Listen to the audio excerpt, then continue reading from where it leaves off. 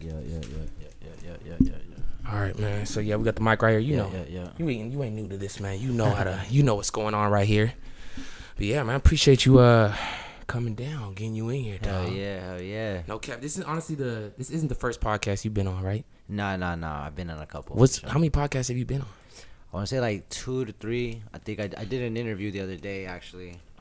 It was a quick little Instagram shit, but yeah, people are reaching out. It's kind of cool. Okay, cool. I'm gonna start off with a little intro, Marv, and then you know we'll just get into it like that. I gotta get through a couple of announcements and stuff. I'm getting at that point where I gotta start saying shit, you know. Hell yeah. So welcome back to an episode of the Real Me Real podcast. Thank you guys for tuning in. We got special guests with me today, all the way from Los Angeles, California, right? Of course, my boy Mixed by fucking Marv in the building, the GOAT, the legend. Of course, he is a music producer and engineer himself, the GOAT, all the way around. We're going to break all that stuff down today. But before we get into that, make sure you guys are subscribed right now. Do you do YouTube? Do you got your own YouTube channel? I don't, not yet, but no YouTube channel? I feel like I'm going to start one very soon. You might need, I mean, the life that you're living, bro, I feel like it should be documented. The vlogs and stuff like that, you know what I mean? Stuff like that. So, anyways, make sure you guys go follow my boy. We're going to have his ad popped up on the screen right there. Make sure you guys are subscribed right now. We just hit, right now I'm trying to get 1,000 subscribers. We're on our way to trying to get monetized, bro. Fire. Yeah, so we need 1,000 subs and then we need 4,000 hours, bro. Okay. And actually, we're actually halfway there. So I'll get into like a little background about me first a little bit before we dive too much into it. All right, but yeah, so right now we're trying to get to 1,000 subs, so make sure you guys are subscribed right now. We're at 546. Hit that button. It takes 5 seconds. Exit out this video. Of course, you guys can now listen to these episodes on Spotify and Apple Podcasts. So if you guys don't know, the links are in the description. You guys go check that out. And if you guys are listening right now on Spotify, make sure you guys give me a 5-star in there as well. Let's see, all social medias are also in the description, like TikTok, Twitter. Let us know who you guys want to see next on the fucking podcast. DM me. Give me your guys' suggestion. Give me your feedback, comment, leave a like, all that good stuff. And besides that, clothing as well. Make sure you get yourself your podcast merch. Of course, we got hoodies. I'm going to have to get you one, Marv, now that we're tied in like that. You have to give me your size and stuff like that. Hell yeah. We're going to have to give you a color like that. So make sure you guys get yourself some pullovers. We got pullover hoodies. We got sweats. We got T-shirts, all for affordable rates. $45 a hoodie. We got zip-ups as well. Girls' crop tops for them. We got sweats. It's getting cold. We got everything. So make sure you guys are getting yourself right now. You guys can find that in the description, The Real Me Clothing. Once I got that out of the way, I had to get that out of the way. My bad, Marv. But yeah, today we're chilling, man. We got my boy Marv in the building. Today's a smooth little Friday. I got him, a very busy man himself, man. Man. Dude, your life, bro. A lot, man. A lot going on. Okay, so let me just get into who I am first. So first of all, for you guys that don't know, I've never met Marv. This is my first time sitting down with my boy. So let me just do a little introduction. So my name's Rel, man. I'm a podcaster, of course. We started the podcast last year, bro. Oh wow. I started it last year around March.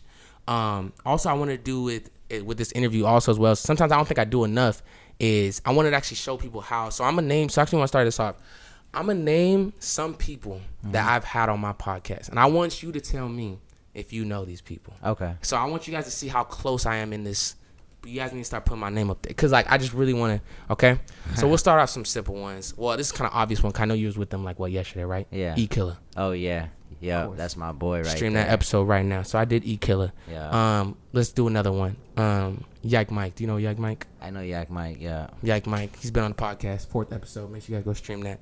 Let's see. Of course, let's see. Cypress Moreno. Yeah. You know Cypress Moreno, right? No, Cypress, yeah. Okay. We can keep going, bro. And this is honestly how I got...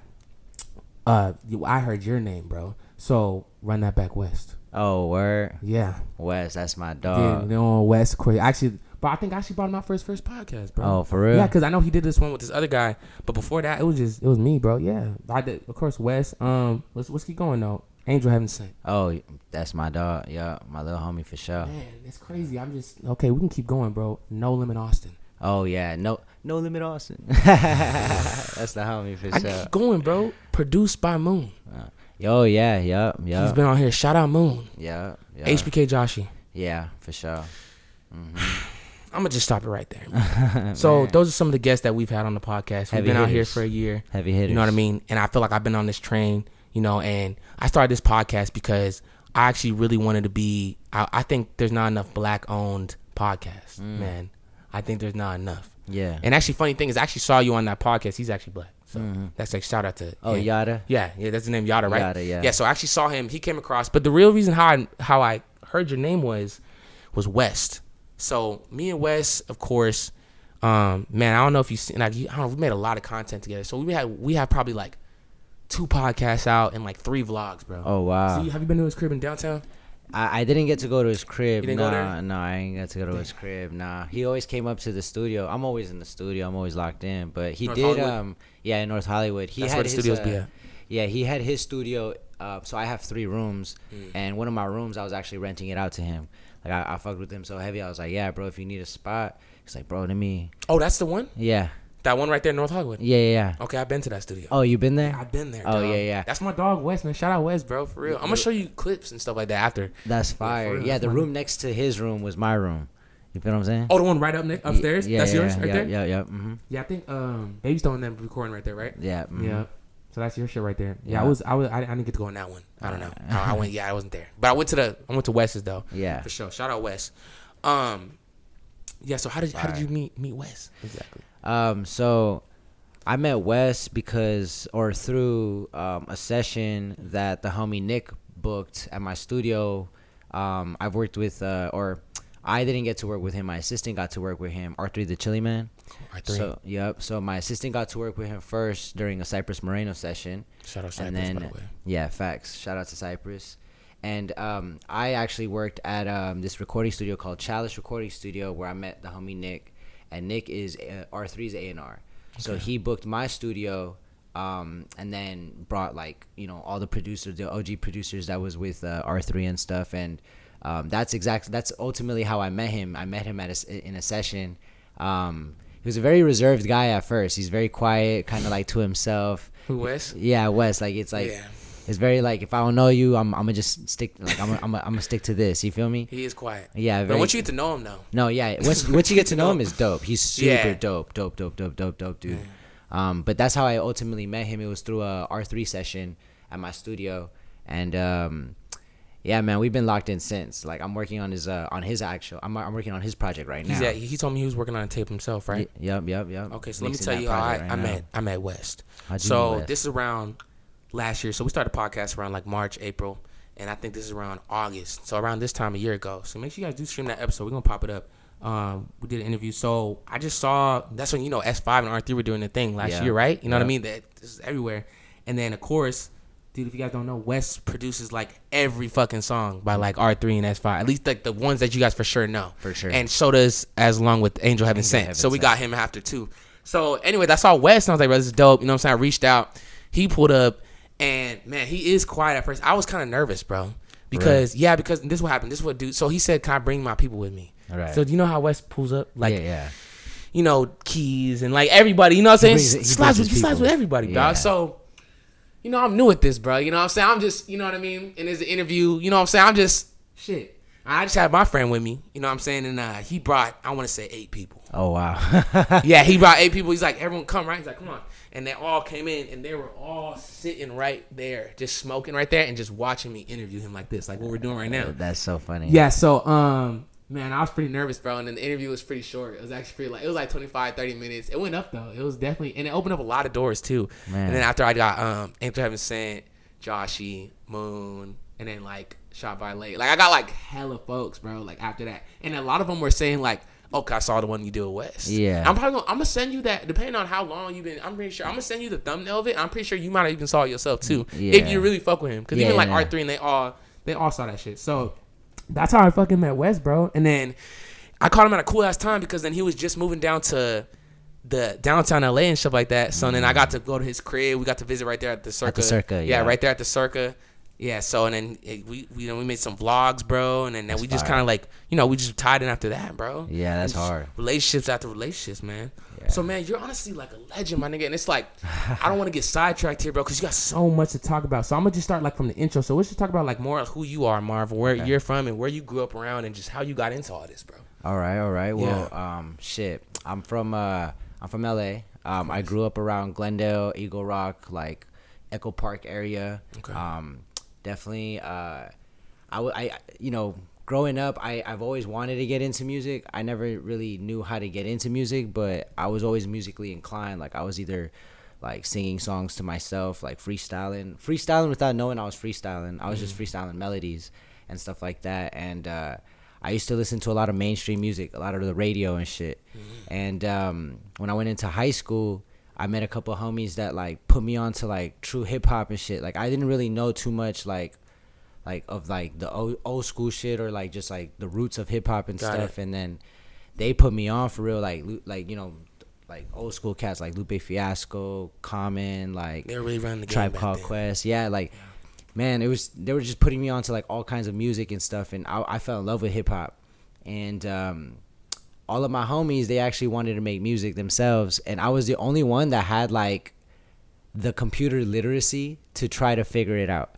So like I would open up the computer and like try everything. Like I downloaded the first program, I think it was called Mixcraft or something, and I was able to record myself, and I had like a fucking little stationary like hand mic or something. It was pretty weak, but it was one of those things where it was like we was just trying things, and the homies would write raps and stuff, and I was like, man, if we're gonna do this, let's record. So when I was like 15, I used to like always have homies over at the pad, over at the crib, and we just used to record and like just write and like have sessions and stuff. So I've been doing it since I was 15. Wow.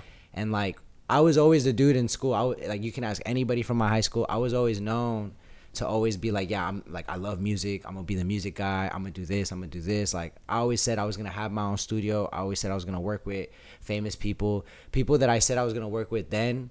Like thankfully I've worked with now. You know what I'm saying? Like I said, bro, there's so much with this guy, bro. Oh my god. So it's been a dream, bro. It's been a dream, but I was always that dude in high school. I was always the one that was like where they say, you know, most likely to succeed, most likely to do this. They had one where it was like most likely to do music, like in, you know, be someone in music. Someone in music, and like saw that clip. Yeah, it was me and like somebody else, and like I was the one that won that shit, and like, you know, I always knew it, but like, you know, it's easier said than done, right? Oh my god, let me tell you. Yeah, easier said than done. Let me tell you, dog. And then like, yeah, bro, you know, me and my friends, we had a lot of dreams and stuff, and you fall out with friends because ambitions and certain, you know, visions don't align, and you grow up and stuff. I went to college. I had a whole fraternity experience. I fucking, you know, worked a bunch of jobs and stuff, and I had to get back my love for music. And it wasn't until like I was 22,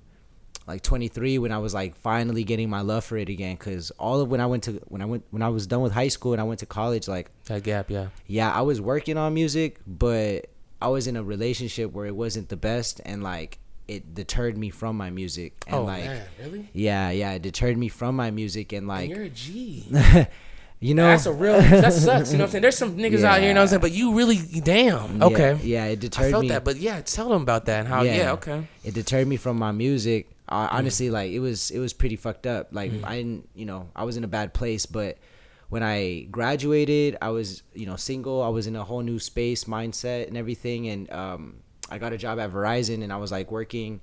And like when I was working, I was able to fund certain things. Like I was able to buy beats. I was able to like try to like fund some music videos. I was like, okay, like let's try to get a music thing going. Let's build a studio. And yeah, bro, I found my passion for it again at like 22, 23. Picking it back up, taking it more seriously. Yeah, my job now to fund it. Yeah. Yeah, pretty much. My Verizon store manager was like, when I first joined the team, he was like, what motivates you, bro? Like, what do you want in life? Like, do you want a new car? Do you want a Rolex? Like, what do you want? And I was like, I want a studio, bro. I want to make music for a living. Like, I need the equipment to do that. So he made me make a list of all the shit that I needed. That's and cool, we put together a budget. Yeah.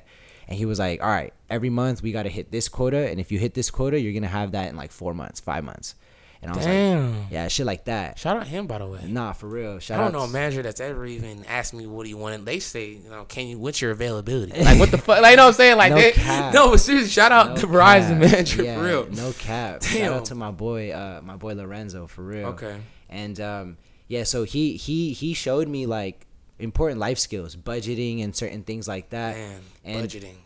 Yeah, straight up, bro. I'm 21, like, so yeah, let's just say that. Let's just leave it at that. Yeah, I remember when I was 21. Yeah, man, it was hectic. It was hectic, bro. Being able to control your your balances and stuff. That is something for sure. Budgeting, man. Nah, facts.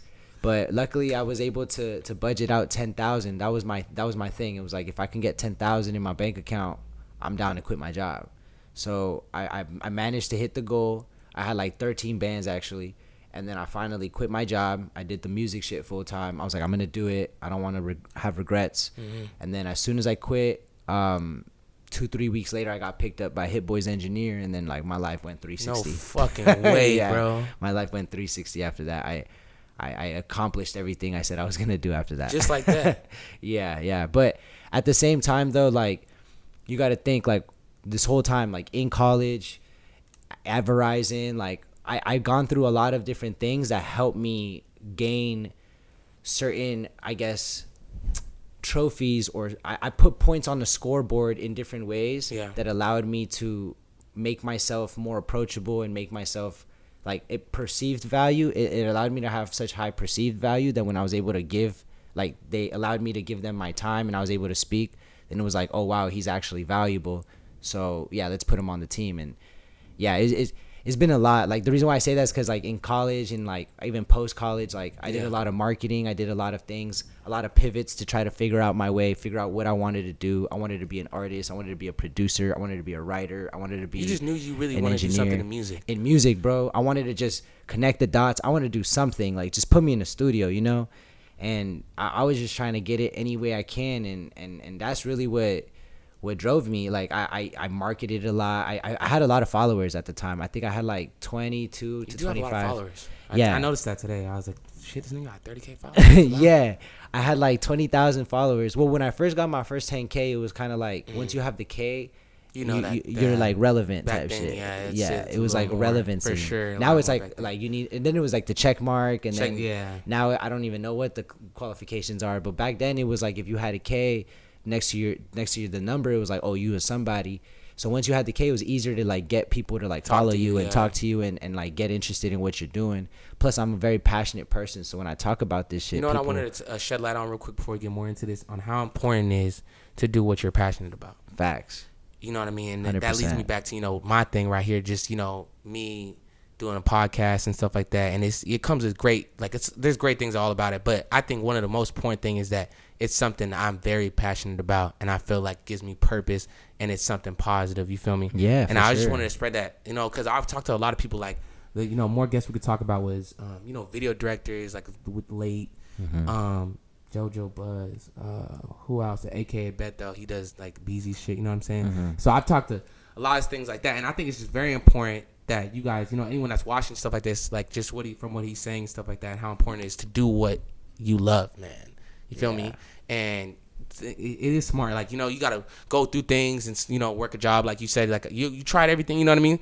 But always, having, like, it's your life. You feel me? I'm always trying to preach this. You know what I'm saying? It's your life. And I think you should do what you want, what makes you happy. You feel me? Nah, for sure. Does that make sense, though, Yeah, everybody that I come across, like, I started getting really passionate about what I wanted to get passionate at a later age, but I tell everybody, like, it doesn't matter what time you start. Like, most people look at me and they're like, damn, Marv's on, he's doing this, right? I'm 29, so like I'm a little bit older, but I didn't really get my put on until I was 25. And like now, like, everybody I work with, this is a young man's sport, so everybody I work with, they're young. And like I tell them all the time, man, fuck that. If I could go back in time and be your age and do it all up, man, how much would I redo it? Like, I would try this, I would try that, I would try this. We just live in a time right now, it's like, I just feel like it's like, life is just, bro, just do what really, you know what I mean? We live in like there's endless possibilities, you know what I mean? That's a fact. You know what I mean? There's just certain things, to just like from social media to just everything got going on right now. Just, I think we're in a time right now, like, do what makes you, anything is really possible at this point. You feel me? Like, with social media and just knowing people and stuff like that. Like, look at, like, me, for example, like, within a year, I put myself in front of, like, people like you. You know what I'm saying? I gave myself my own status. You feel me? Like, and it's like, I just want to shed light on that. It's just super important, bro, for real. No, that's a Most fact. Definitely, man. Most definitely. I'm always talking about that stuff, so I just wanted to make that real clear on here. Anyone that's watching, you feel me? It's super important. But yeah, Marv, go ahead. So you got picked up by Hitboy, which is another GOAT fucking he's producer. A GOAT. Yeah, literally the GOAT, and he's from the IE that I'm heard, right? He's from the IE. So how did that all? Yeah, what was that text like and all that? Yeah, so that was kind of crazy. So I quit my job. And while I quit, I was just reaching out to a bunch of people. I had a lot of followers, obviously, because I was just marketing myself in a bunch of different ways, and I had a good following, and I just went through all my followers and I found anybody that did music. I was like, damn, I have a lot of students. I have a lot of fucking. I had a crazy life, how I got my followers and stuff. But engagement and stuff like that. All kinds of stuff. Yeah, who be following you and what. Yeah, but I was also in a fraternity, so I met a lot of people in that. Like, just it was a lot of. How's it like being in? Side note, but how is it like being in a fraternity? I've never. Oh man, it's pretty crazy. And you were probably in it at the times where before COVID and shit like all that. Of so that shit, the way real before, world, like that's when like shit was for real. Shit was really popping. I ain't gonna lie, like it was pretty dope. But yeah, it I went through all my followers and I found anybody that did music. If you had like music manager, if you did management, PR, A&R, like anything, I reached out to them and I just like, hey, I'm an engineer, I'm young, I'm hungry, I'm here to provide service. Like I want to add value to your team. Like I knew you needed to add value to somebody in order for them to even want to take you serious or consider you. So, and I learned that in business school. Like they always said like, if you can add value in any situation, make yourself useful and not just like try to do something. What does Kanye say? Is like, if you're not useful, you're useless or some shit like type that. Something shit. like that, right? Yeah. I know misquote me, but yeah, I think he said something like that. It's also kind of like if you're in the room and you have multiple skill sets, like, and you're trying to get in because of this one skill, like, fuck it, shift and do other skills to get you in the room. So then that way you can show off and get the opportunity at some point, but at least you got in the room. The whole point is to get in the room. You feel what I'm saying? Of course. So for me, it was like using all different types of skill sets to try to get me there. But I reached out to a lot of different people and I just wanted to add value. I just wanted to like, hey, what can I do for you? What can I do for you? What can I do for you? A lot of people ignored me. Man, let me tell you what this podcast, dog. Oh my God. But you know what I'm actually having trouble with right now is a side note or whatever. We'll get back to this. But is with trying to get on other people's podcasts, bro. Right. I don't know what it is, bro. So let me just say, like, I actually did this episode not too long ago. It was like the real reason why I haven't, because I've been doing podcasting for like a year. Like I just told you some of my guests, right? So I've been, a lot of people ask me like, why haven't you? You know what I'm saying? And for one, there's not a lot of podcasts out of Los Angeles right now. Let me just put that out there right now. The most one you can go up to someone, they'll be like, No Jumper. Yeah, that's probably like the one people think of. You know what I mean? But then I've seen little ones like like the one you've been on, like Y'all to Talk. And I seen like Masked Off Media and a couple other people. Yeah. So I've been trying to get on these podcasts, bro. And the reason why I get frustrated is because it's like, okay, the reason why I even see them is because I'm already like, okay, like I have Joshy, right? Joshy's one of my guests I brought on here. Yeah. So now I'm tapped in with Joshy and Austin and Moon. They just saw, you know what I'm saying? Those are the boys. So it's like, now I see what they be doing. Same thing with Wes. So like, if I see them on a different podcast, that's the reason why I see it. And yeah, so I'll see it, and then I'll be like, I'll try to go on their podcast, but then it's like, when it comes to me, they're like, oh, no, like, they don't say no, but they make it seem like it's very difficult. Does that make sense, bro? Yeah, It's really weird. It's like like, okay, I'll ask you a question. When have you ever seen a podcaster on another podcaster's podcast? Not really ever. Not really ever. That's weird. Like, it's fucking like, I don't know. And I tried even bringing a podcaster on to my shit, but he ended up like, it was kind of a weird ad, bro. We started going on about this conversation and shit like that, and I had an assistant at the time, not the one that you just met, but this girl one before, and he wouldn't let this subject go. Like, we were talking about like relationships and business and stuff like that, and how you don't mix them, which anyone would tell you, like, as with a business sense, you don't mix relationship with business. I just, you know what I mean? There's conflict of interest, right? Yeah, facts. So I was trying to explain to him this, and then he like was not letting it fucking go. Like, he was like, nah, man, it doesn't sound like that's what you're saying. I'm like, that's pretty much what I'm saying. And then we just got into like this weird, and then he ended up being like actually like 42. Yeah. And then like he wanted me to cut out his age, and it was just a whole thing, bro. Oh wow. Yeah, no, it was fucked up, bro. So I tried. So anyway, the point I'm trying to make is, bro, I deal with struggles like that myself because I'm by myself. If you can't tell, I do this by myself. Yeah. I am my own producer. I'm my host. I do everything, bro, for the most part. And I have a team with me. Like I made one of my friends my manager, and then of course I have one of my boys. He's like my cameraman when we go out to do studio vlogs. Like we did a vlog with Cybus Moreno. We'll pop that up. He had an album release party with Rucci. They did like a little tape a couple months back. I'm pretty sure you were probably mixed that. I did. Yeah, exactly. So I'm not even gonna. So we went to the thing in Santa Monica. Were you there? I don't know. Were you there? Actually, I was out of town actually. But you know what I'm talking about? So that's Santa Monica. What you're talking about, yeah. Yeah. So we went to there. So we go out and we do vlogs and stuff like that. That's fine. And so I have a team for the most part. You know what I mean? But I never put too much weight on anyone to the point where I can't get things done. Right. And I actually wanted to start this podcast with one of my friends, bro. I wanted him to be like my co-host. But then I guess like I said, what you said in the beginning, people's ambitions and visions don't align. Yeah, You know what I'm saying? And I think that's just so important. That like I totally relate on that because this podcast has gotten away a lot of my relationship because I'm just so driven and so serious about trying to, you know, change my life. And, you know how when you're in that mode and if someone doesn't see it like the way you is, it's almost kind of like, you know, and sometimes more people are worse than others. Like they actually kind of low-key be hating on the low, but some people just don't see it, you know? Yeah. And they don't see it until you make something happen. Because this podcast, bro, like, man, like I've been doing it for a year and stuff like that, but even just trying to get it started and starting from zero and just, you know, even starting like I'd had like this, I only do the audio on here now, but you know, I have a pro now to get my software and just even just starting it up, like, and I got a good camera. It's a struggle, bro. Yeah. You know what I mean? Like I had to really like, you know, tell, like when I told people I was doing a podcast, you know, they were just like, what? Like, you know what I'm saying? Like, you know what I'm saying? Like, what the fuck? You know what I mean? Like, I don't know, like, how to explain that shit. But, you know, once they start seeing their favorite rappers in here, and it's like, yeah, I'm that nigga. You feel me? Like, I don't know, but it's like,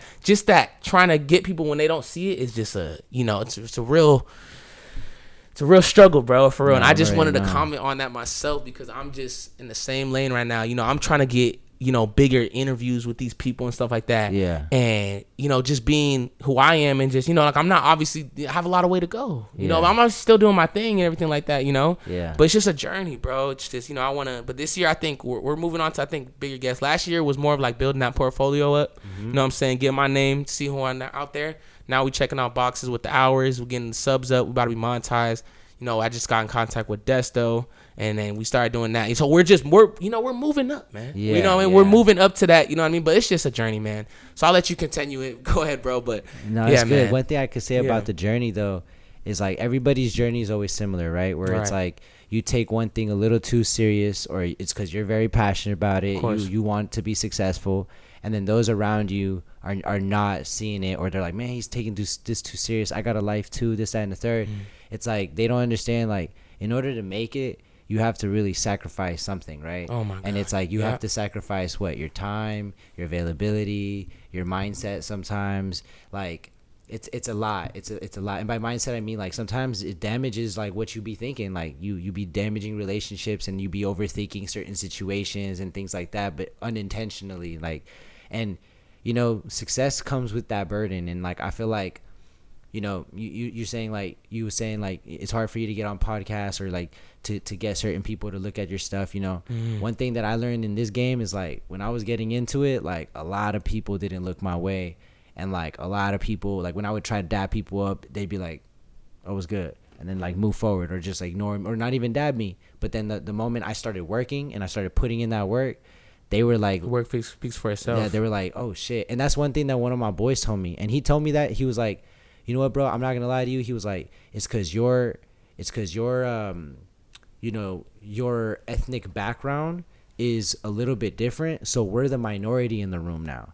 And because we're the minority, like we have to prove ourselves twice as much to know to show people that you're like we're valid or whatever. Yeah, exactly. And it's like, you know, I never thought of it like that, but at the same time, at some point, like it's not necessarily like that I'm the minority, but it's more so y'all don't know who I am. Y'all don't know what I've done. Y'all don't know my skill set. So I'm gonna let my work speak for itself. And if it is a minority thing, then it's like, all right, for sure. Like I'm gonna show y'all that like I could keep up too. You know what I'm saying? And like, you know, maybe how you said there's not a lot of black owned podcasts. There's not.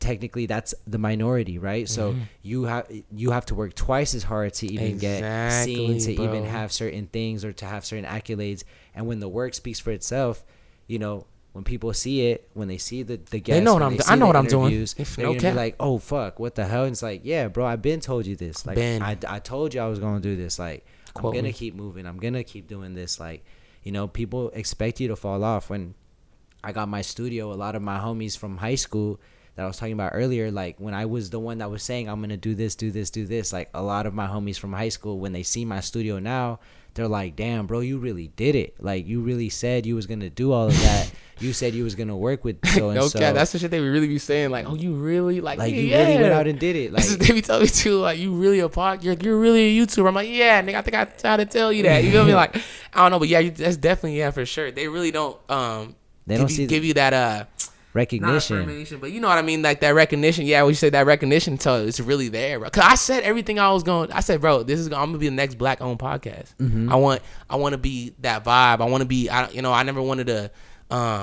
be like a media page. I never wanted to like talk about drama. You know what I'm saying? I never wanted to profit off of black trauma and like the culture. You know what I'm saying? Like, and I think that's bad because like we shouldn't have posts like Bootleg Kev and Adam 22 profiting off of black culture, bro. Mm-hmm. Like that shouldn't. We have something we have to watch, bro. Yeah, that's crazy. Mm-hmm. Like that shouldn't. You know what I mean? Like that's like, bro. I be hearing this shit. Like it's just funny, bro. Dude, I don't even know. But look, I think it's very important that we have a lot of black owned stuff and anything, and honestly, all genres like engineering to fucking studio owners to I just don't know. I just black owned is for sure. And then especially with black culture like hip hop and stuff that we're in like that, I feel like it's very important. You know what I mean? And I just want a genuine podcast, bro. That's someone that people can just relate to and just come through for a conversation. And I feel like that's my motive behind this, brother. No, facts. No cap, man. And that's dope because you have a good mindset and you have a good vision behind it. You have a good mission statement. You feel what I'm saying? Yeah. Like your goals and aspirations are gonna reach higher than what other people can hope to achieve sometimes, and that's cool. Like keep reaching for the stars. Like you're gonna get there one way or another. I heard in the room one time, an OG told me, he was like, this A&R in a session one time, he was like, a lot of people they block their blessings before it even happens. Like you work so hard and you're waiting for that moment, and that moment could be tomorrow, but then like tonight at 11:59 you decided to give up, so then tomorrow at noon when your moment was supposed to happen, it doesn't happen. Like, you know what I'm trying to, it's like shit like that. It's like I really believe in fate and destiny, and if you really work towards it. I think another thing too is I think a lot of people are slowed down by thoughts of the perception of themselves. Also for sure. You know what I mean? If you tell yourself, like, you gotta believe in your, like, one thing about this podcast, bro, let me tell you something. I remember walking in here and said, all right, you know what I mean? Like, I had that vision. You have to have it first, dog. Just like with you, bro. Yeah. Like, I knew you were the first person to have it. You know what I'm saying? You got to be locked in with yourself first, bro. Yeah, you have to. Don't ever think, like, don't ask for no homie nothing. If you don't believe it, if you got to ask everyone, you think I can, no, bro. As long as, if you don't see it, you literally yourself, it's never going to happen. Facts. For fact. You have to be able to visualize it. You have to be able to see it. It's power of manifestation, It's like, it's really like a higher power of belief. Like, if you really believe it, you can achieve it. Yeah. It's like when they say, whenever you get ready in the morning, you put a picture of what you want the most, and then like every day, like you seeing it every day, like at some point it happens. It's like on some weird shit. Like if you put manifestation is real, but yeah, no, it really is. You want something bad enough, the universe will give it to you. Nah, for sure. Everyone has their own journey, but trust me, it will happen though, for sure. That's a fact. Like I said, like it's never too late. I got my put on when I was 25. Like 25, like. Some people are like, damn, you old. Already like overthinking shit and type of shit. Like, yeah. Exactly. But it's like, nah, now I'm at like a good prime of my career. Or not prime, but like I'm getting up there. And it's like, I still, like, everybody's trying to fuck with me. And it's like, yeah, I'm the older one in the room. But like, it doesn't really matter at what point you get on or what point you start to get that recognition. Because that was your journey and your process and, things, you know what I mean? Everyone's different, bro. Because someone could say the same thing for someone younger. Exactly. It could go forever. Like, I don't know. You could honestly compare yourself to thousands of people, bro. There's always going to be someone that maybe did something before you or just, that's why you really just got to be comfortable with yourself, bro. And that's honestly just part of just growing up, bro. Yeah. Like, just knowing yourself and knowing that this is you and just, you could waste your time trying to compare, try to do things and look. And honestly, social media has a big part of that too. It's really hard, dude, because people start seeing what's in front of their face. Mm-hmm. You know what I mean? And they start really thinking. Honestly, like I always try to preach is real life, like in real life things. Like try to focus on what's going on in front of your eyes. Yeah, not who's in front of you and like what you're actually doing, like not what you be seeing. And you know what I mean? Because when you see a lot of stuff on the internet, it's a lot of perceived value. It's stuff that you think is valuable, but it might not really be valuable. You know what I'm trying to say? Really? Like in real life, like, but to you it is. Like other people's like journeys. People are like, stop focusing on other people's lives, like and focus on your own. It's like the same shit. Like, it all comes to play. It all comes into play. But yeah, bro. Fucking life and shit. But yeah, man. Fucking, shout out to doing what we want to do and like moving forward with it. But cheers to that. Yeah. Nah, facts. But yeah, man, fucking but yeah, so back to what I was saying, like, coming up and shit. Yeah. I'm gonna make sure my camera's plugged in real quick, just real fast. So we're gotta get into the Hitboy's engineer. Yeah. So I was reaching out to a bunch of people, and a while I was reaching out. Nobody responded. And then I remember I had this dude from Florida who hit me up, who was he wanted a session. He was out in LA, and he booked a session with me like on a Wednesday, or actually it was like a Tuesday. We did the session. He left. It was midnight. I'm closing out the session. I'm on my phone, and then I see the little doop, and I'm like, oh fuck, what the hell? So I click on my messages on Instagram, yes, sir. And it was David Young and Kim, who's Hitboy's engineer, and he's the one that messaged me, and I was like, what the fuck? But it was like some generic shit, like, hey, keep it. Did you reach out to him first, and then he was responding to something you said? Yeah. Okay, I reached out to him, and then he was responding to something I said. Yeah. And he just gave me a generic response where it was like, keep it up, like, keep doing what you're doing. Keep up the good work. Yeah, shit like that. And then I was like, I remember in business school, there's this thing called elevator talk. Yeah. So an elevator talk is basically when you get into an elevator with somebody, it's the most neutral zone anybody can ever be in with anybody. So you could be the CEO, the head honcho of a company, right? But if you're in an elevator and like the fucking intern, the lowest level of your company can also be in the elevator at the same time with you. And that's the only time in the day where you can actually be in the same place as the CEO without like having to go through fucking secretaries and fucking getting fired and shit. Yeah. It's the most neutral zone. So the elevator talk is essentially like if you have an idea, you have something to pitch, that's the moment where you could do it. And if you can get their interest within the first 10 seconds, you're in. Like that's how you know you have a good idea. That's the only place where you can meet a CEO. That's the only place where you can pitch an idea, and like you can't get really fired or nothing like that for it. Or maybe if they're fucking pissed off or something, for being technical or whatever. But we get the concept. Yeah, you get what I'm trying to say? Yeah, I get the concept for sure. Yeah. I had that kind of experience. Sorry to cut you off, but I had that kind of experience when I did this vlog with Desto Dub. It's like Melrose with Desto, right? Yeah. And make sure you guys go stream that. So we went to Melrose, went to his shop or whatever, and guess who was in there? It was obviously Desto, Ron, R3 was in there, West, Angel, Jug, King T or something like that.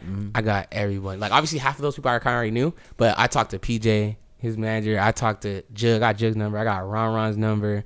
I even got Desto's number, bro. So like that's exactly what I meant. Like when I was in there, this is actual documented footage where you can see me in there. Dude, like I walked in there.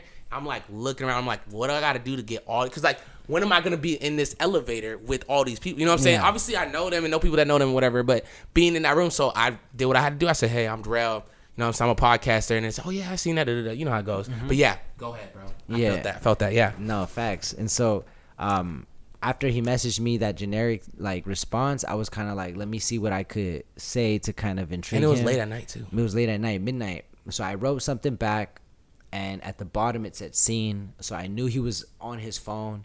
And then I wrote something else, and then what I wrote, he had to like respond, because if not, then it was like you left me on scene, and it's like I don't know, it's just like weird. I just didn't get that vibe. I just didn't get that vibe from him. I didn't get that vibe that he was gonna leave me on scene type shit. Yeah.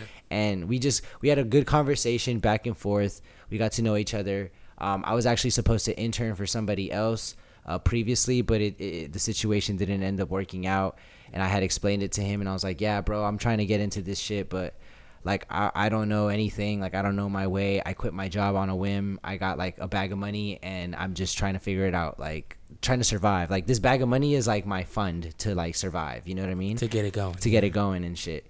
And he was like, no, I admire that, bro. Like the fact that you took that risk, you quit your job, you saved up this much bread, and like you went for it. Like you're smart too. Like, you know what I did? I didn't even think I didn't even have a job. I think I just like, bro, I was like, I'm gonna just figure it out. I was like, bro, like I was able to get the interface and like all the type of shit, and like I got this, but I was like, dude, I'm gonna just as I go. But the best quality thing was I have a Sony. I don't know if you know about cameras and stuff like that, so it's really good, like obviously good quality and stuff like that. Yeah. But that was probably like my best like thing. But I was just and then I ended up getting a software that my friend put me on. He gave me two. But I was just like, I'm going in. I didn't know what the fuck YouTube was. I just knew I was gonna be a podcaster. But then that's when I started talking to the YouTubers. They told me like, I was like, so, and then eventually I'm sitting here, I'm like, okay, so when do I become, you know what I'm saying, what's the difference? And then they said, all right, we got to be monetized. And then that's when I started getting into analytics and stuff like that. So at least I give you the credit for being smart about it. And actually doing a job. I really just said, You know what I'm saying? Like, I don't know. Like, I was like, I just knew, like, I gotta do this now. Now. Facts. But yeah, right now I do actually work a job or whatever. But I just, yeah.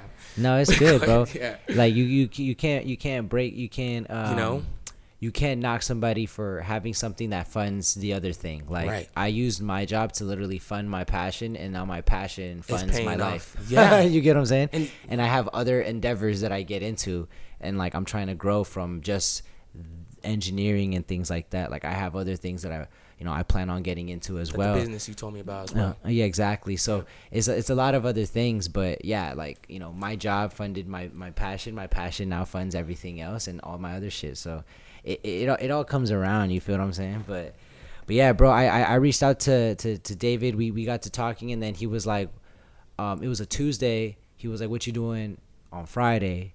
I was like, "I don't got shit to do, bro. I ain't got a job. I ain't got nothing, bro. Like, what's up?" And he was like, "Yo, slide to the studio, just stand the third." And we had talked about like recording programs and things like that. Pro Tools is the program that all engineers, like industry standard. Pro Tools, yeah. But I was on Logic and Logic Pro X, and I didn't. DJ Trey? Yeah. He started on Logic. Yeah, shout out DJ Trey. Go stream that episode right now. I'm gonna go at this shit for real. I'm really that nigga, bro. Like I really have a lot of these people on here. That's fire, dude. That's really dope. Appreciate it, No, that's dope, bro. But yeah, I was on Logic and stuff, and then on that Friday, I was on my way to the studio, and midway going to the studio, he asked me, he's like, "Hey, you know how to use Pro Tools, right?" And I was like, "Fuck, he didn't remember. It's all good." And I was like, "I'm not gonna respond to you, bro, because I'm driving. Technically, I'm not allowed to text, right?" Yeah. So I was like, "Fuck it, I'm not gonna respond." So I like gunned it, bro, 60 miles an hour in like a 20-mile-an-hour zone type shit, and like I'm driving fast as fuck. I get onto Highland and it was like Sunset and Highland or something, and you make a left and then you go a little bit down, and the studio's right there. It's right next to a Starbucks. And I texted him right when I was at the light, and I was like, "Please don't respond, please don't respond, please don't respond, please don't respond." Because I'm thinking, if you see it and you respond, you're gonna tell me to go home. You get what I'm trying to say? Yeah, okay. And I'm like down the street. I'm right down the street, dog. Don't do this to me. So I drive like fast as fuck, get to the Starbucks. Yeah. I'm looking for parking. He texts me back. He's like, "Oh damn, like exactly what I thought." He was like, "Damn, like I thought you did know Pro Tools. I booked out a studio so we can like mix. It's kind of redundant, or it's kind of pointless if you don't know how to use Pro Tools. Maybe next time we can link." Oh, damn. And I was like, "Damn, like I just parked. I'm outside. Like when's the next time we can meet?" I didn't even park yet, bro. I'm still driving, but I wrote that. Yeah, you gotta say that. Yeah, you gotta say it. yeah. That's how timing works. Yep. You gotta do that. And he was like, "Oh, you just parked and everything?" And I was like, "Yeah, bro, I'm standing outside Starbucks ? But I'm still looking for parking like this whole time. Just trying to make some shit happen." And then this dude left this parking spot. I busted you, cut this dude off, take the parking spot, get out the car, ran to the front of like wherever the fuck he told me to run to.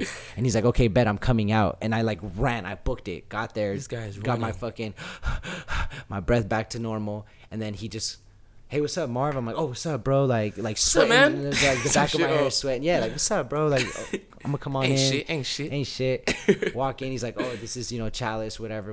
Yeah. It's a gated studio. As soon as you walk in, though, you see like Lambos, Bentleys, Rolls Royces, and I just came from Verizon like 2 weeks prior to this, so like I'm used to fucking cell phones and regular fucking civilians. You know what I'm saying? Yeah. And like seeing Bentleys and Lambos and shit like on like in a lot is like this is not like a fucking like a luxury car rental. Start to like a new beginning. yeah, say that. no, 100%.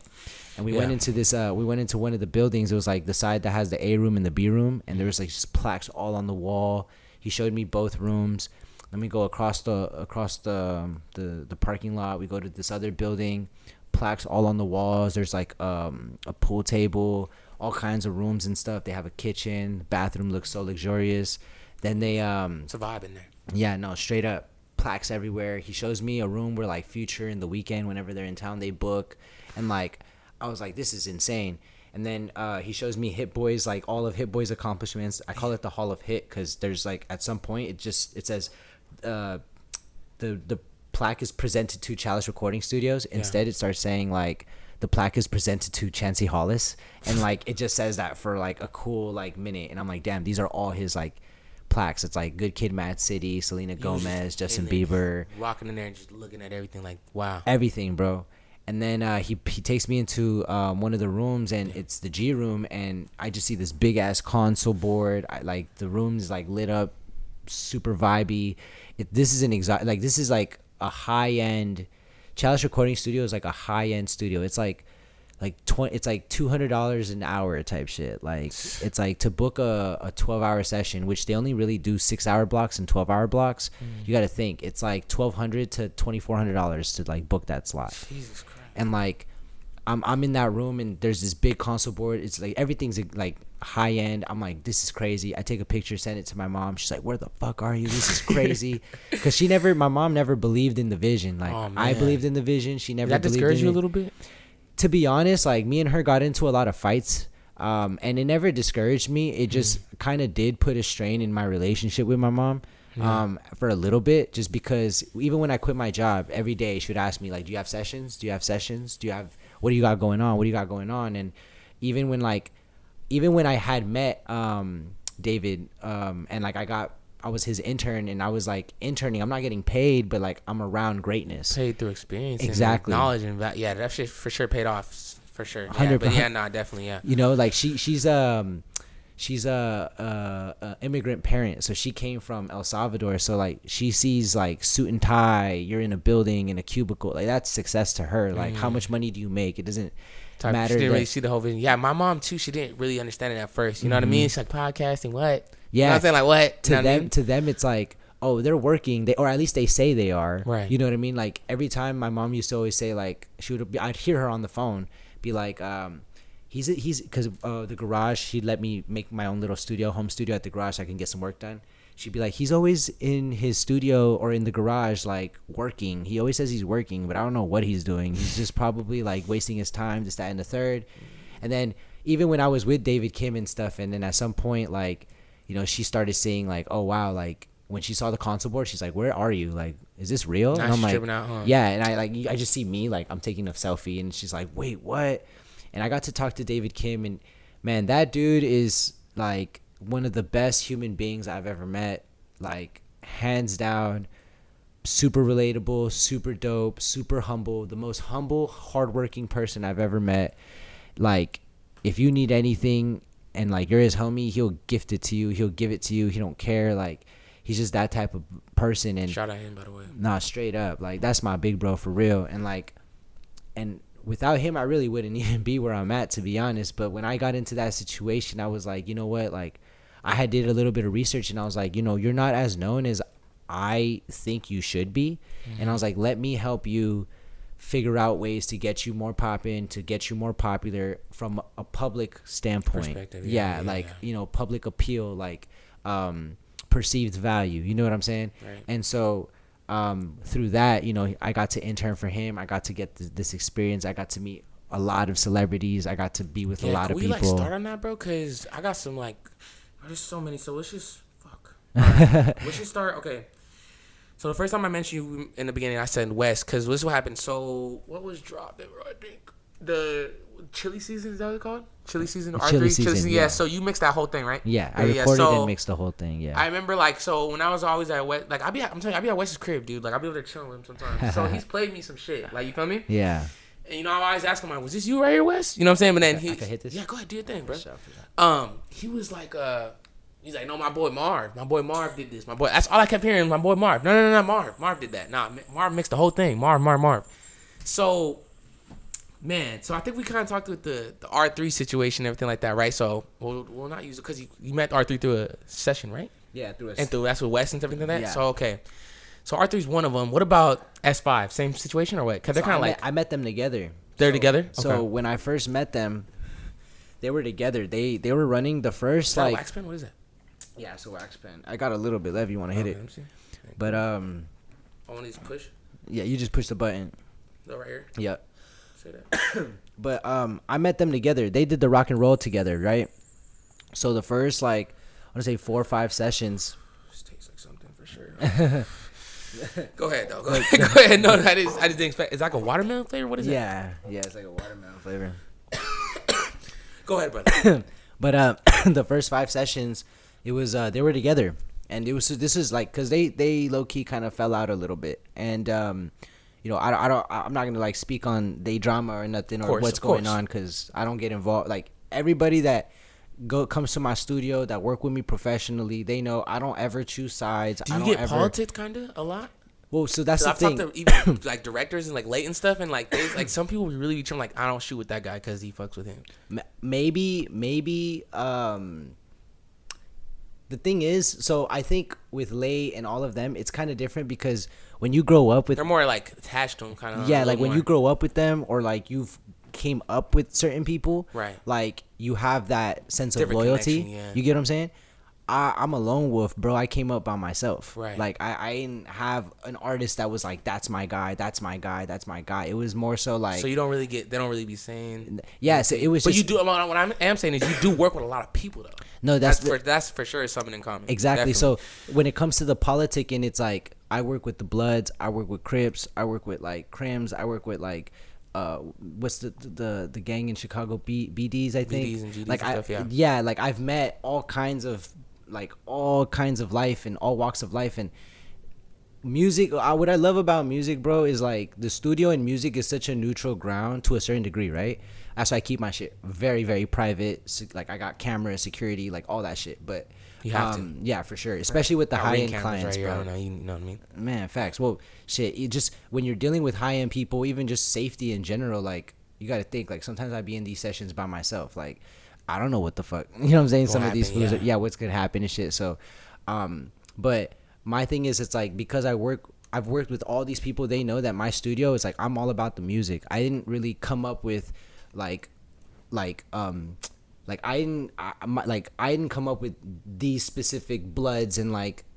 Not even my that, first like, put on and like, you, or these Crips were like my first artists that I work with, and they got famous, and I just it was none of that. It was like I just kept working with everybody, bro. I worked with more people out of state than in state before I started working with everybody in state, because I was working with like 808 Mafia, people from Atlanta, Chicago, you met 808 Florida, Mafia? Yeah, Southside, Pyrex, Project X, like. All kinds of people, bro. Bro, you know which one I'm super like fanned out a little bit about? The one that you know is BabyFace. Oh, dog, Face, yeah. Bro, shout out BabyFaceRay, dog. We fuck with you, bro. Shout out my homie Reef, though. My homie Reef, that's his engineer. Okay. How did that connection start? Just talk about it. Man, well, Cypress Moreno was actually he got invited to a session at a mansion in the hills, Hollywood Hills, and Reef was the engineer. And it's a funny story, actually. Reef was safekeeping Face's BabyFaceRay's session files. You call him Face? It's because that's I'm not on that level yet. Damn. That's what Reef and them call him. So I just it's like a habit. You know? Yeah, bro. Go ahead. It's all good.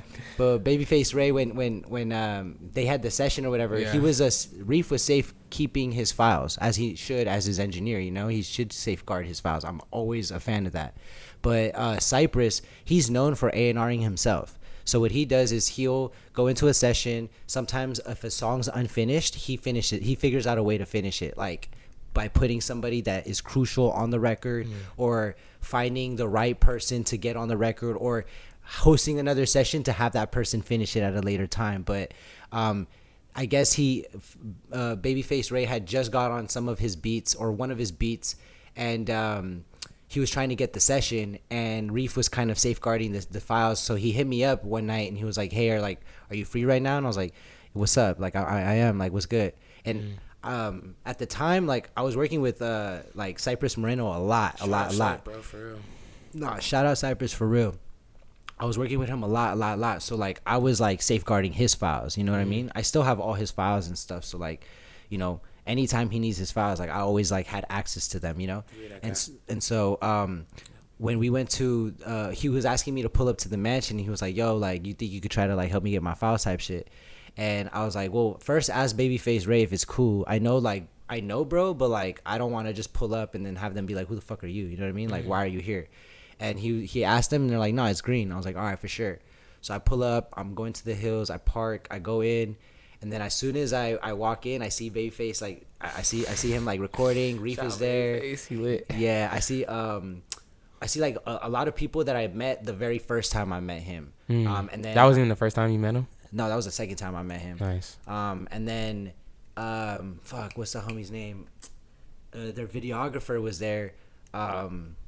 I'm blanking out on his name right now, but me and him are cool too. We be tapping in and shit. No, a lot of people. He immediately spotted me. He's like, Marv, what the fuck? And I was like, yo, my boy. And so we started like locking in and shit. Yeah. And then BabyFaceRay was like recording. When he was done, he turns around and he sees me. He's like, Marv. I'm like, what's up, my boy? Like, how you been? He's like, man, how you been? It's been a while since Chalice and shit. And I was like, yeah, like that session was epic, bro. Because that session, I have a placement on his first album, Unfuckwittable. It was I recorded the song with Murder Beats and Peasy. It was Touchdown. So I was that session. Yeah, I was in that session where Murder pulled up. We recorded all of that, and then later they were like asking me for the file so that they can get it to Peasy and stuff. And when the record came out, it was dope. But that experience was amazing. And then Diego comes in. Diego's his manager. He's like, Marv, what the fuck? How you doing, bro? You know, whatever. So we started chopping it up, and then I went up to Reef, and then I was trying to chop it up with Reef, but Reef was very like standoffish because he was kind of like, yo, he's BabyFaceRay's engineer at the moment, so he's kind of like, yo, who are you? Like, I don't know who you are. Like, excuse me, like I'm working type shit. Yeah. And I was like, I tried to talk to him. He was kind of giving me the cold shoulder. But do you know that guy, right? No. So at first I didn't, and then that was the first time we met. Oh, the first time. That was the very first time we met. This one the time with Cypress, whatever. No, this is the time with Cypress. With Cypress. But BabyFaceRay's engineer at the time, I didn't know who he was. Wait, but who did you know that talked to you to tell you to come? Wasn't it? That was Cypress. Cypress was the one that told me his engineer is like safeguarding the files. Got it. So can you come try to like get my files from me? I'm sorry, I got confused. No, you good. So when I get there, I get to the engineer and I try to talk to him. He kind of like gives me the cold shoulder. I was like, hey, bro, you hard as fuck. Can I get your gram? He's like, yeah, I got you. So he puts his gram in my phone. I follow him, and then yeah, follow you back. No. So when I was talking to the video guy, and then he looks at his phone. I see him look at his phone, and then he like clicks on my profile, and then he's like scrolling. Then he follows me back, and then they had like a little break, and he comes up to me. He's like, bro, you worked at Chalice? And I was like, yeah, bro, your gram's crazy. Yeah, like, no, that shit's crazy. Your credits is amazing. Like that's why I'm trying to stay on the ball here because there's so many people. You know what I mean? But yeah, I had to know the Babyface. I was like, my voice was dying to know. No, I appreciate it, bro. But yeah, fucking he was like, yeah, you worked at Chalice and shit. I was like, yeah, bro, I worked with Face too. Like a long time ago, like when we had our session. And he was like, that's crazy, bro. He's like, do you want our engineer, bro? Like, I can move out the way. I was like, no. Like, let's not do that. Like, you do your thing.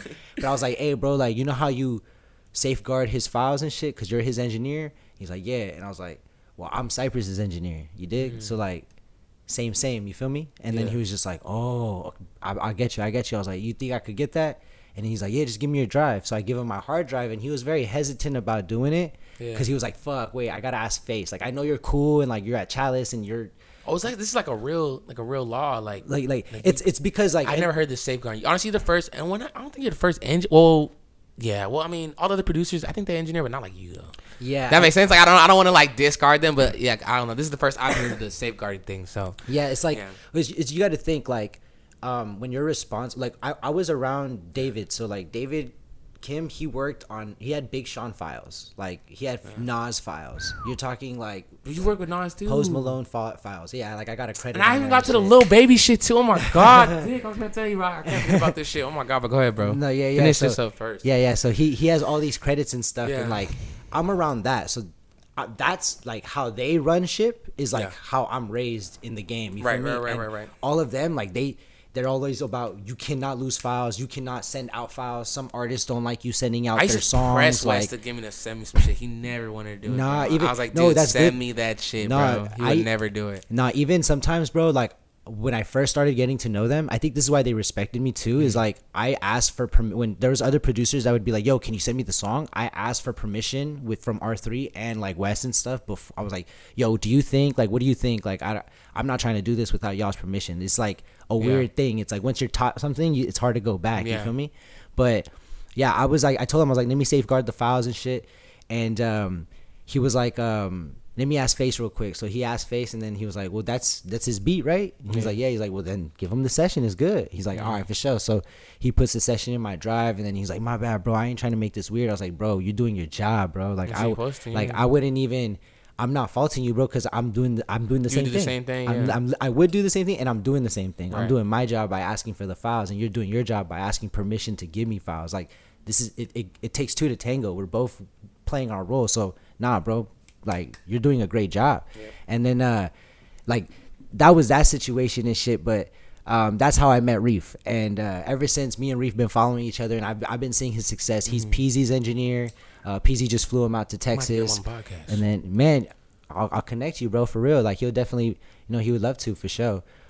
He's Peasy's engineer and BabyFaceRay. Like, those are his two primary clients. He kind of just drops everything for them. Shout out to Detroit rappers out there, man. Straight up. And he's from Detroit too. So too. Shout out Peasy. Yeah, shout out to him too, because he be producing. He's his own artist too, and like he be engineering a lot. But that's what got him in the door, engineering. He wanted to be a producer, but he's like, engineering just helped me get in. And like, now he's able to like co-produce for them, and he has like credits and stuff that are like beyond just engineering now and stuff. And it's dope. It's dope to see everybody's elevation. Bro, so for people that don't know, like, do you make beats as well too, or just strictly engineering? Yeah. So before I got into this, like, I was making beats, I was engineering, I was writing, I was like an artist myself. Right. Everything you were saying, yeah, you did a lot. Yeah. Jack of all trades, but I decided, like, if I'm giving 25% to everything, I can't give 100% to one thing. So I was like, let me just cut the production out. Let me cut writing out. Let me cut being an artist out, so I don't have to worry about none of that. And let me just focus on this. So I got really good at this to where all my homies now are like some of the best producers. I can literally get YouTube tutorials in real life anytime I want to produce. I just don't really want to because my life is so busy. But I still produce, and I want to be an executive producer.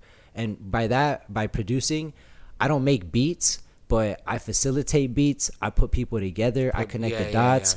And like, when I'm in the studio, if I'm recording people, or even if I'm there and I'm not recording, I still like vocal produce. I like, hey, do this again, bro. That part's catchy. Like, fly this over. Like, I arrange records. Finest, you know what I'm saying? So like, I'm really producing these records and like executive producing. Like, when you put things together and you're funding it, and you know, that's the next level. DJ but Khaled type vibe. Yeah, so that's basically what I'm trying to get into now.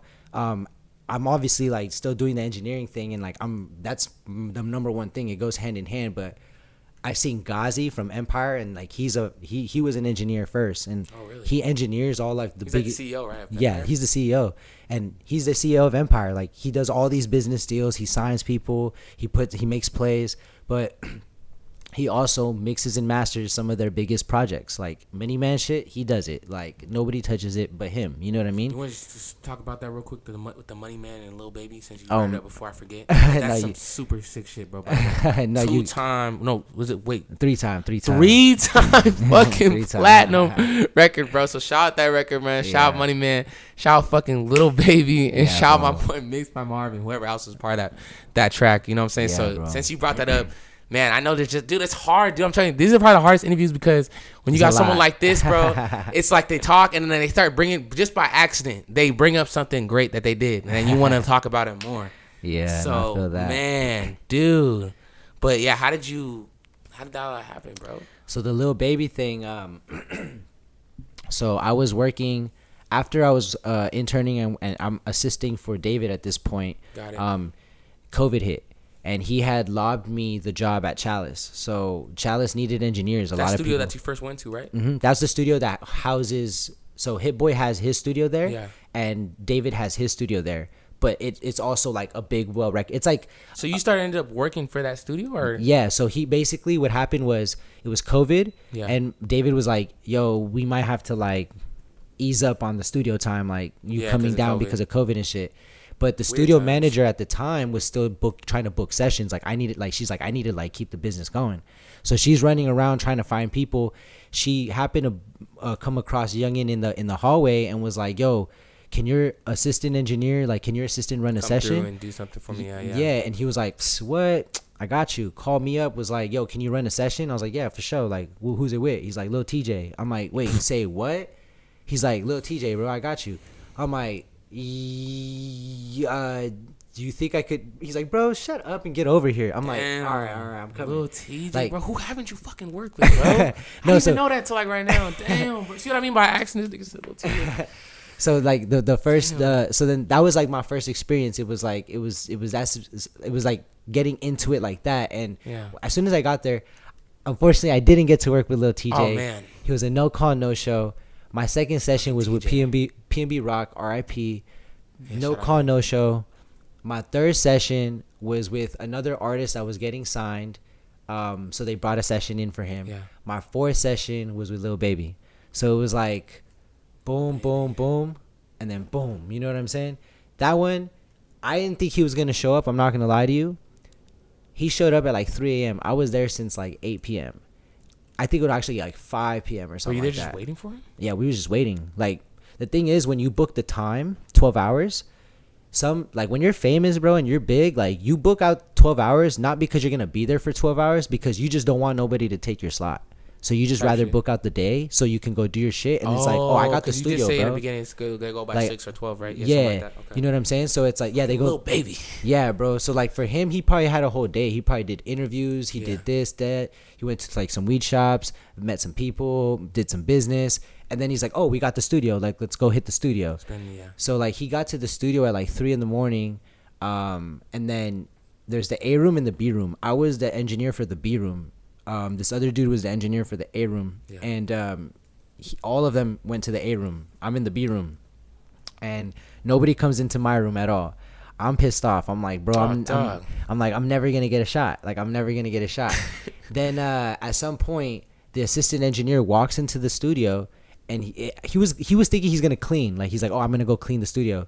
He sees me and he's like, oh fuck, I forgot you was here, bro. Because all the action's on the other side of the room, bro. Like, my is like dusty. Like, there's nothing, cobwebs, like crickets. Take me a swing on the swing. You know what I'm saying? Yeah. Just waiting for something to go on. Like, yeah, bro. Baby, like, don't come in, man. They won't. Like nothing, bro. So he's like, fuck, I forgot you was here. Fuck, my bad. I was like, damn, that's how you know it's bad.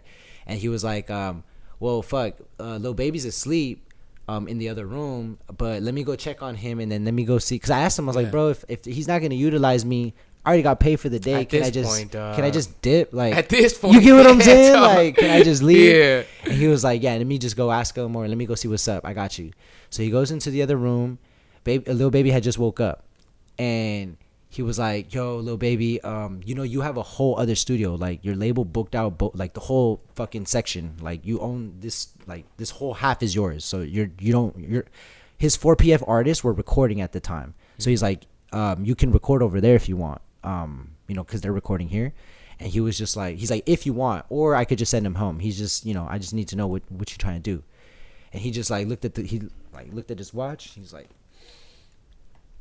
tell him Baby on the way.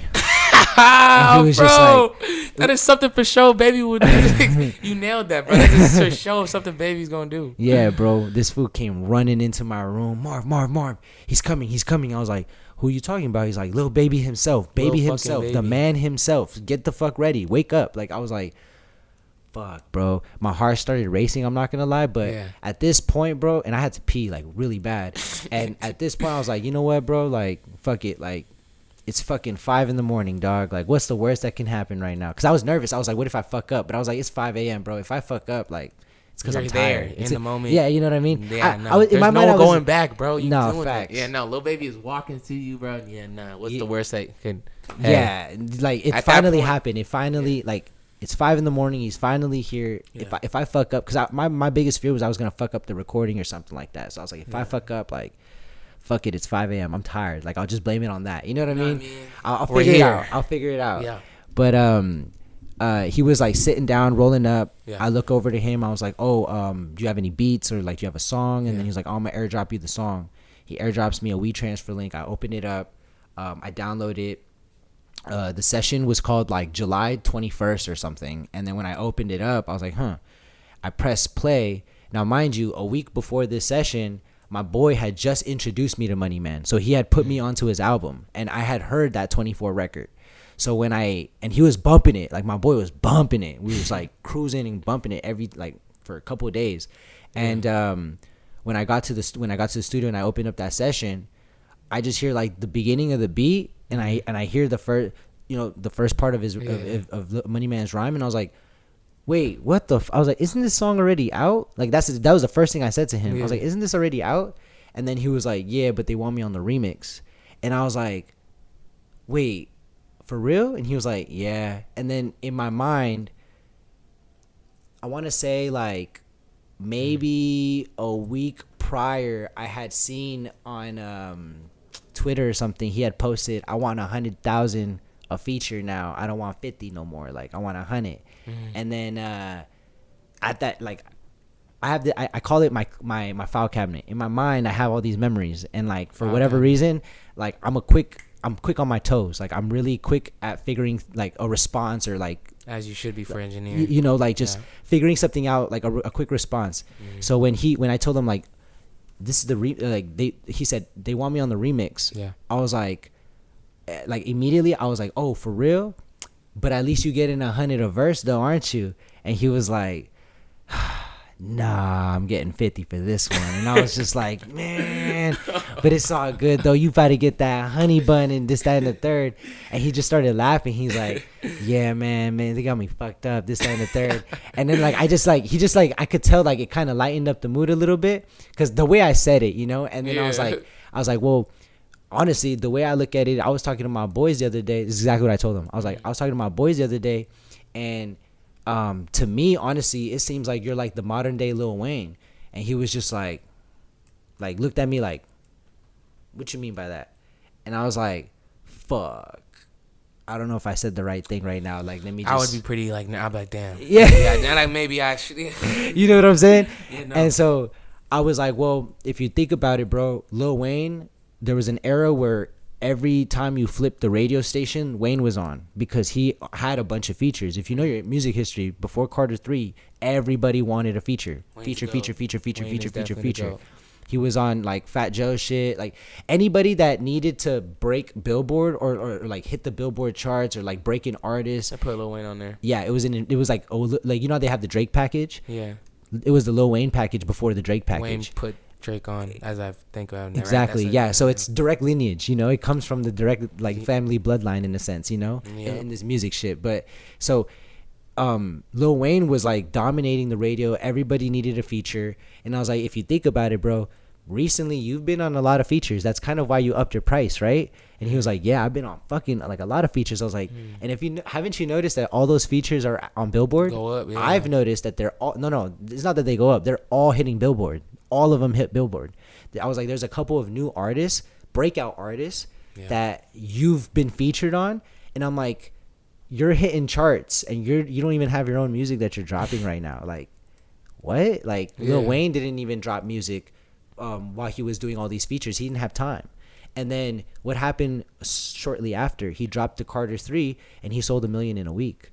And I was like, what do you think could happen with you? And he's like, you're telling this to Lil Baby? I'm telling him all of this, like verbatim. And Lil Baby just listening to you? He's sitting there like this, like watching, like just like you're looking at me right now, bro. I just looking at you like just like listening. Looking at me. He's looking at me just like that, bro. And he was like, I was like, and what do you think is gonna happen when you drop your album?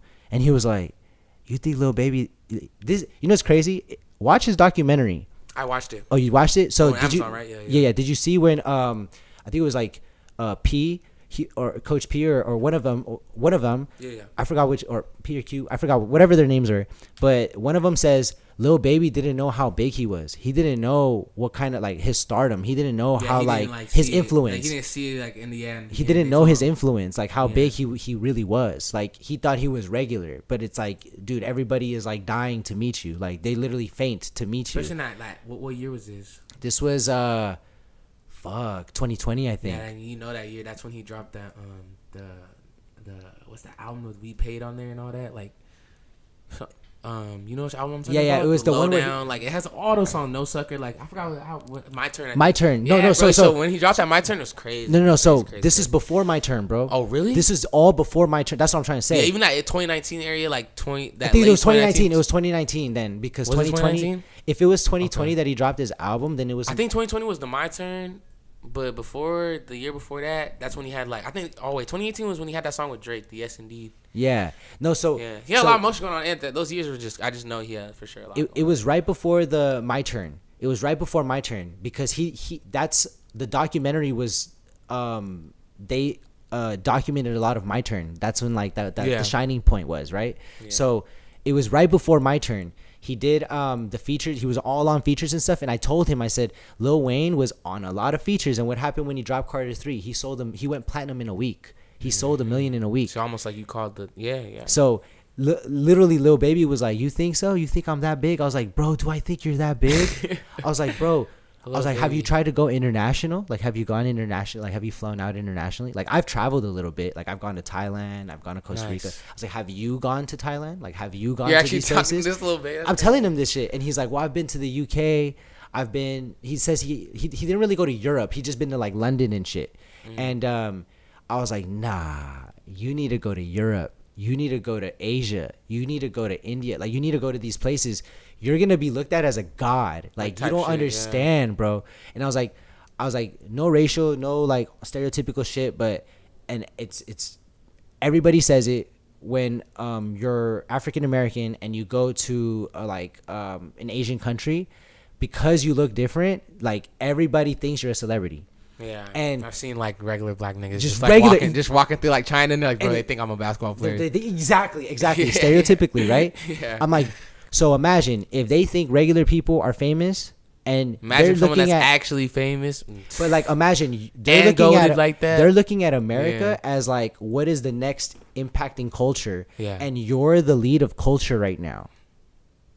They're gonna shut the city down, bro. Are you kidding me? And he's literally listening to me say all of this. I was like, bro, you don't understand like how big your I was like, you don't understand how big your influence could be, bro. Like Lil Wayne got himself. He went to the Middle East. He was trying to smoke. They tried to like do some crazy shit to him. And this Sultan or this your Highness or whatever came out of nowhere. Was like, I apologize for all of this. I'm gonna send you a fucking Lamborghini or Ferrari, and or Urus. It was a Urus, and then like or a Ferrari truck or something. I saw that clip. Yeah.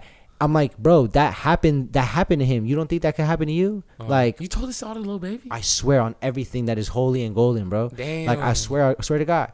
And he was like, damn, I didn't really think of that. And I was like, I'm telling you, bro, like, you're one of them ones, bro. You're one of them ones. And like the fact that you don't know it, like, it shocks me, but it's so refreshing to see, bro, because I'm seeing you at your purest form. You feel what I'm saying? Like, you're not like, it's not gone to his head, nothing like that. He's really just being. But himself. You got money right now. You coming in with chains and shit, and it hasn't gotten to you. Baby's damn money though.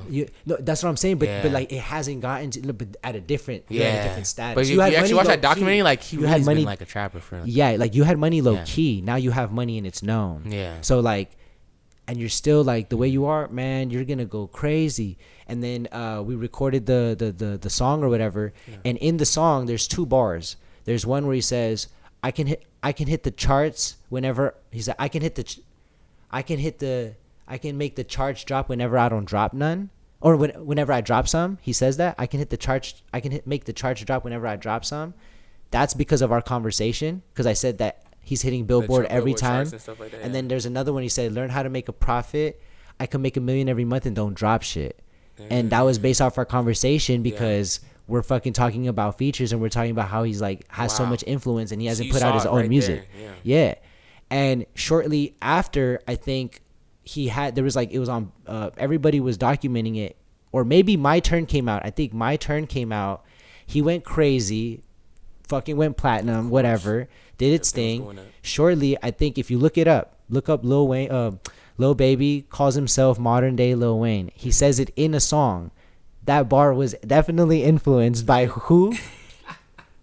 Come on, bro. Bro, let's clear the record, bro.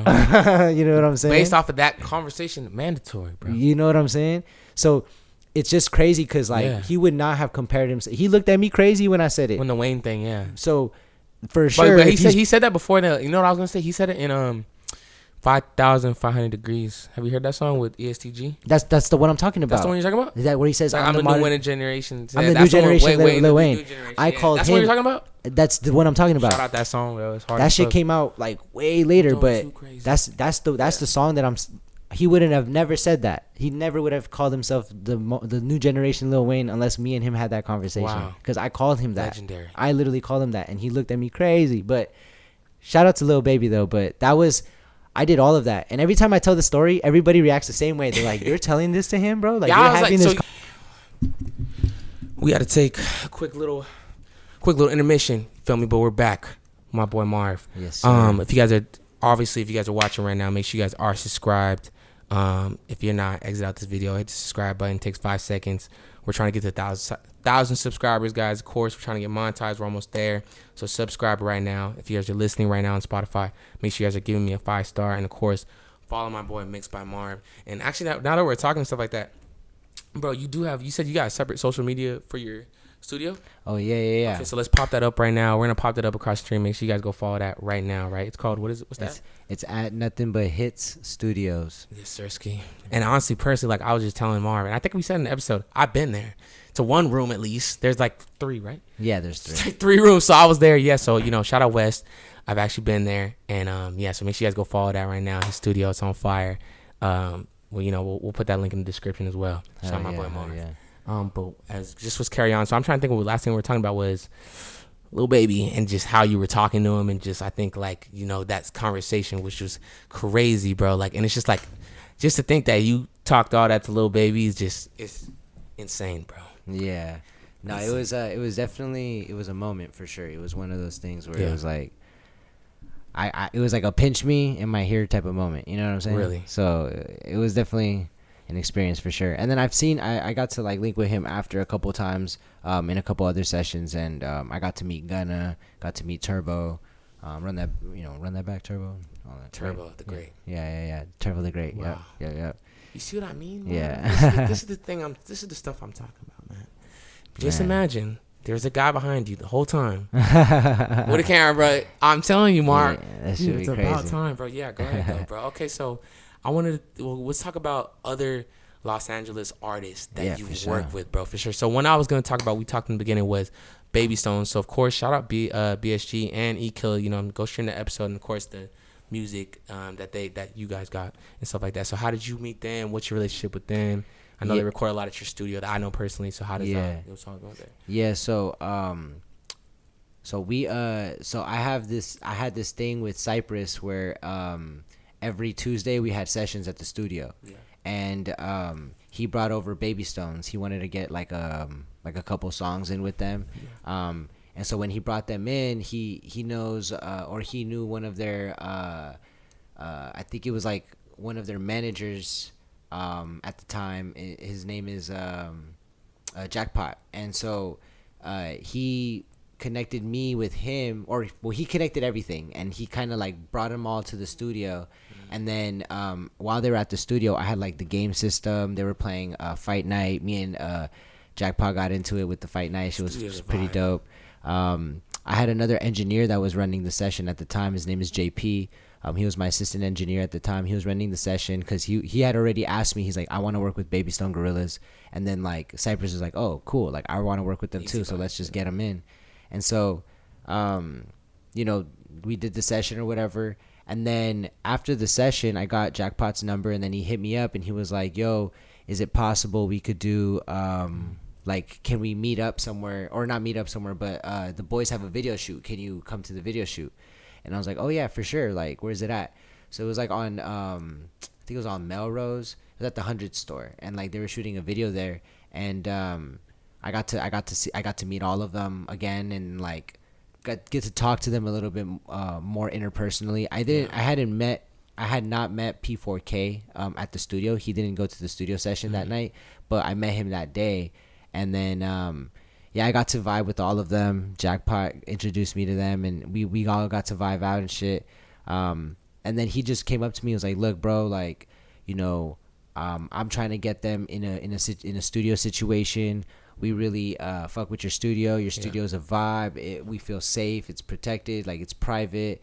The boys feel like comfortable there.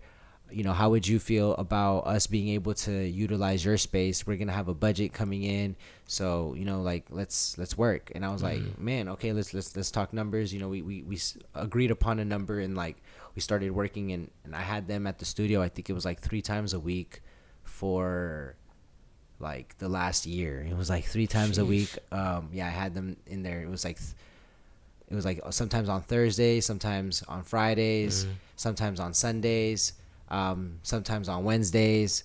It was just different days. Every day of the week. Yeah, every day of the week. Exactly, because they had studio sessions at another spot too, so it was like combining studio sessions. But it would be certain days that we'd have them in, and for a year, I would have them like basically 12 days out of the month. I would be with them. Jeez. And I got to see their development. I got to meet their other manager, Bard. And his manager, I forgot his name, but when I had Kill on here, his manager came. It's at 5%. Yeah, that shit is that. I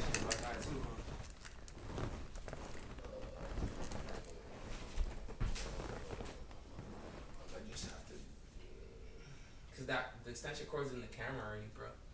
That's why if I unplug that, it's gonna unplug it.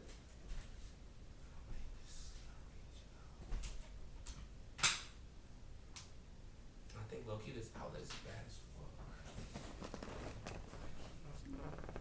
Bro, we're just gonna have to like go fast, bro, cause you think if I just dim like the brightness down or something, it'll probably save it? Yeah, for sure. Easy. What's it at, 5? Yeah. We can do it real quick. Alright, let's just do it real quick. Woo! Okay. So you finished up the Lil Baby part, right? And then we're moving on to the studio. Got that right? Yeah. And then we got the baby stone and all that. Okay. All right, we're back. Make sure you guys are subscribed. Make sure you're following my boy Mixed by Marv. Make sure you guys are following his studio page. We're gonna pop all that stuff. We're gonna slide that across the screen. And shout out my dog. Marv, I know I kind of asked you this already, but I'm gonna ask you for real now. So the question I was gonna ask you, Marv, is talking with you and just obviously you do what you do, you being an engineer and just knowing all these people and being in the industry and like just being a GOAT, you know what I mean? Yeah. So obviously there's people that do exactly what you do, Marv. Exactly. Almost, you know what I mean? But obviously aren't doing what you're doing. Yeah. So I guess my question is, what in your perspective, how you would say what makes you so much different than all these engineers, brother?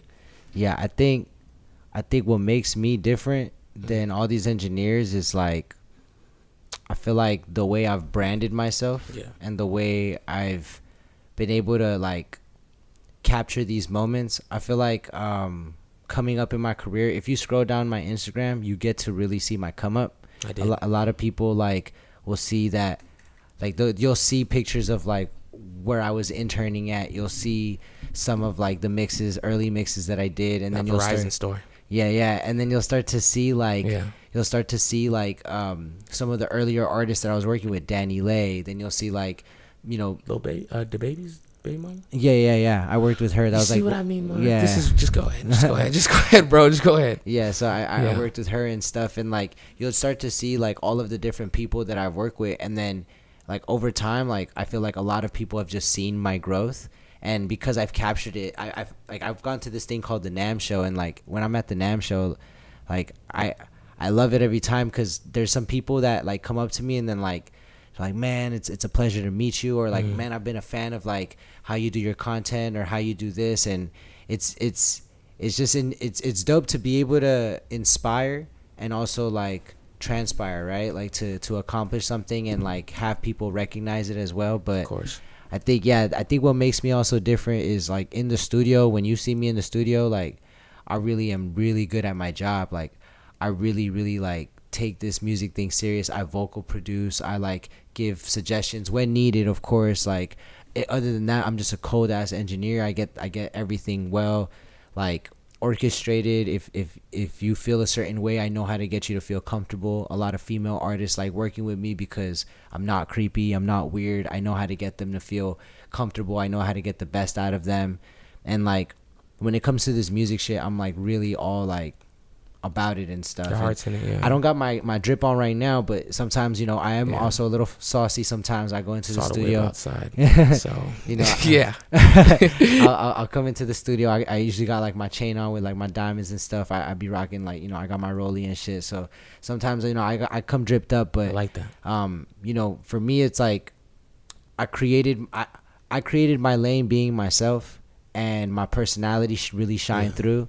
And I feel like all the little knickknacks, like the drip and like the way I teach or the way I speak, like I feel like all of that is incorporated to the brand, you know, mixed by Marv. Like, who is Marv? Marv is somebody, it's like Marvin is my full name, but Marv is my character. It's my alter ego, and I created something that like is an enjoyable person. When you're in the studio, you're with Marv. When I'm at home, I'm Marvin. Like, you know what I'm saying? So, and most people call me Marv because they don't really know Marvin. They know Marv, and so, you know, I'm able to separate the two, and I feel like that's what kind of makes me different. I don't let personal things get to me in the studio. I'm very professional. I safeguard all files. Like, I'm one of the best. At least I used to like shy away from that, but now I say it. Like, I am one of the best, you know? And I think that's what sets me apart is, you know, creating a new way for myself, and like staying in my lane and seeing that other people are like, damn, that lane looks sick. I enjoy it. I see what you're doing,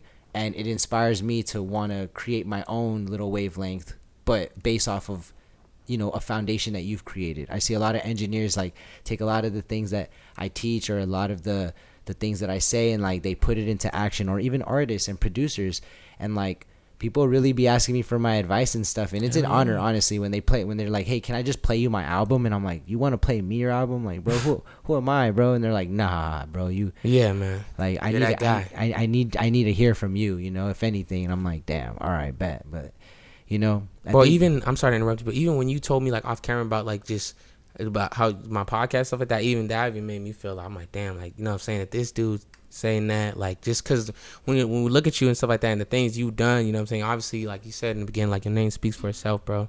So I can, even when you said all that and you're looking at me and I was showing you my podcast and stuff like that, even I was like, holy shit, like, this nigga, if he sees it, you know what I'm saying, this is the guy that, you know, saw something in the little bit, like, you know what I'm saying, like, you know what I mean, after all that, this is like, yeah, but no, definitely, for sure, Marv. Yeah, bro. But I think that's kind of what sets me aside, and I could really see the good in people, and I feel like I'm a big believer in energy. I give off good energy. I feel like I don't like bad vibes. I don't like bad energy. I hate drama, so I try to always have good energy around me, and yes, sir, it reciprocates. You feel me? Hell yeah, Marv. No, I 100% agree with you on that, bro.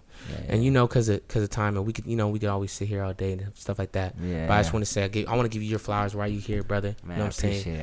I love what you're doing. All the music, man. I'm trying to tell you, like, all that music you've engineered, bro. You know, I'll be bumping that shit. So shout out to you, man. To Chili Season, to the Baby Stone thing, to everything you've been touching with the BabyFace, Peasy, everything. So I just want to say, keep doing what you're doing, brother. Man, I want to say, appreciate you for fucking with the Real Me Real podcast and actually coming down and just supporting me and just being a part of, you know, my portfolio, and just being part of an early guest. Like I said, I'm on a road to something right now, and you're a part of that, man. I think we're gonna make great content together. I think this is one of those episodes that's gonna do something, you know what I mean, that just opened up more doors to something just from the conversations we've had this whole time. Bro's been at my crib for a couple hours now. We've been actually chilling and actually talking. Yeah. So I just want to say that real quick, my brother. And yeah, just all good vibes over here, my brother. And you're hella cool too, bro. Like, I love, bro. I appreciate it. Dope nigga. Like, and I think like we about to go vlogging with my boy. I feel like that's gonna be like I think that's the next thing you're gonna see with us. That vlog session. Dude has sessions every day. Yeah. Right. Every day. Bro. So that's not even gonna be a problem. We just gotta pull it, right? Yeah. So I think we got a good vlog that's gonna be coming soon. I think, you know, this second season of 2023 is, you know, I'm very excited for it, and I felt that, you know what I mean, no cap. So I just want to say appreciate you, bro. Make sure you guys are subscribed right now. Make sure you guys are following my boy Marv. All his music, it's all right there, and the list goes on. So, and we're gonna pop all that stuff up through the episode too. Like I said, I'll send all the tracks and all that stuff. So I mean, if you guys listening right now on Spotify, give me a 5-star. I'm trying to think what else. Get yourself some merch right now. We got hoodies for affordable rates, $45. Of course, we're going to get Marv one. We got all colors. We got 9 different colors. Zip-ups, crop tops, pullovers, sweats, shirts, We got hats on the way. We're working on winter apparel. We're doing everything like that. So you guys can all find that at The Real Me Clothing. Make sure you guys are following me. And until then, I'll see you guys on the next episode. For real. Shout out my boy. Hell yeah. Appreciate you, brother. Man, love, bro. Okay.